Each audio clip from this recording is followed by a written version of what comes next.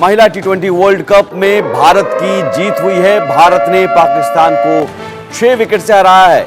भारत का score 18.5 over में 4 wicket गंवाकर 108 run था। 108 रन भारत ने बनाए।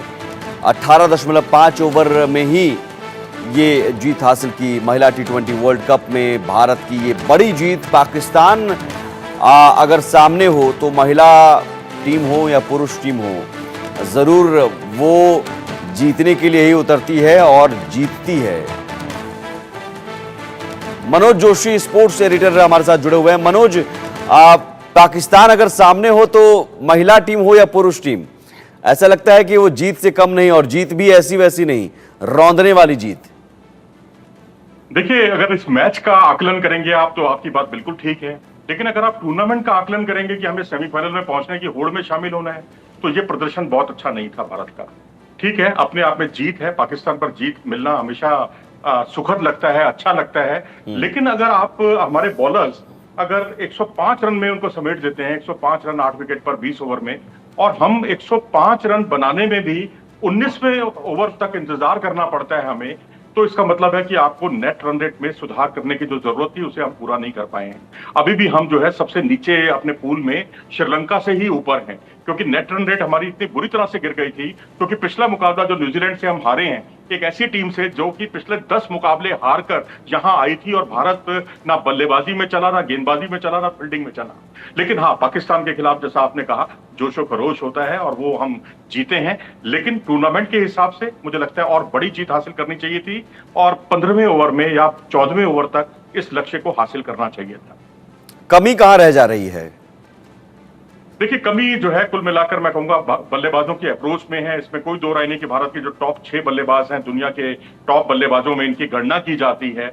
लेकिन जो एक कमिटमेंट होना चाहिए, जो जिस तरीके से हम थोड़ा सा बल्लेबाजी में परिवर्तन कर रहे हैं, प्रयोग, मेरे ख्याल से ये प्रयोग का दौर नहीं है।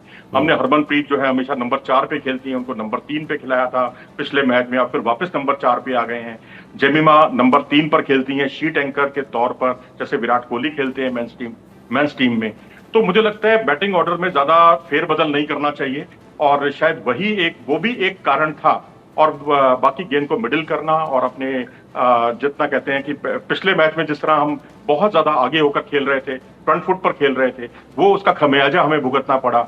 और दूसरे मैच में जो पाकिस्तान के खिलाफ हुआ, यहाँ मुझे लगता है कि स्ट्राइक रोटेशन ज्यादा होना चाहिए था, क्योंकि विकेट पर गेंद जो है थोड़ी सी रुक कर आ रही थी। जैसे हमारे बॉलर्स ने जो बॉलिंग की, बल्लेबाजों को काफी दिक्कत हुई पाकिस्तान के, क्योंकि पाकिस्तान के बल्लेबाज या तो स्वीप करते हुए टॉप एज लग रहा था, या उनको कुछ प्लेयर जो है बहुत जल्दी सफल हो रही थी, और कुछ प्लेयर जो है पैरों की मूवमेंट नहीं थी, कईयों की पैरों की मूवमेंट कुछ ज्यादा थी, कदमों का इस्तेमाल कर रही थी, वो उसमें फंस रही थी। मुझे लगता है उससे कुछ सीख लेनी चाहिए थी भारत को, और स्ट्राइक रोटेशन करते तो बड़े आराम से 105 रन क्या होते हैं, मैं समझता हूं कि बड़े आराम से इंडियन टीम ये 15वें ओवर में लक्ष्य हासिल करके अपनी नेट रन रेट सुधारने में और कामयाब हो जाती। कप्तान हरमनप्रीत तो रिटायर्ड हर्ट भी हो गई, उनके बारे में क्या खबर?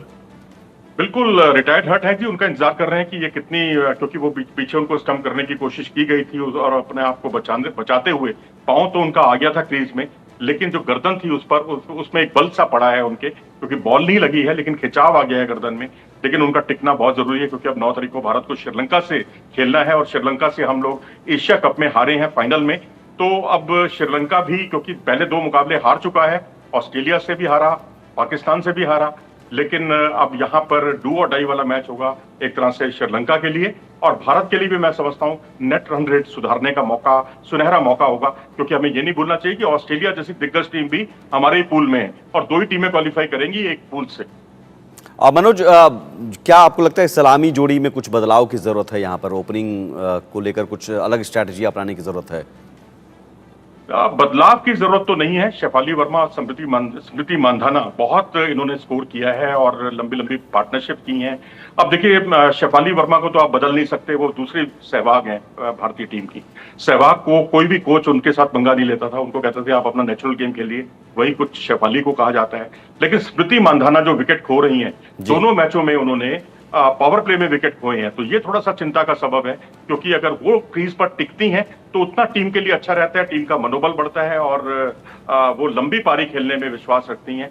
तो मुझे लगता है कि अगर वो नहीं टिक पा रही हैं तो बदलाव तो मैं नहीं कहूंगा, थोड़ी सोच बदलने की जरूरत है। ठीक है, बहुत शुक्रिया मनोज जोशी इस जानकारी देने के लिए। और अच्छी खबर ये कि पाकिस्तान को भारतीय क्रिकेट टीम में, महिला क्रिकेट टीम ने हरा दिया है वर्ल्ड कप में।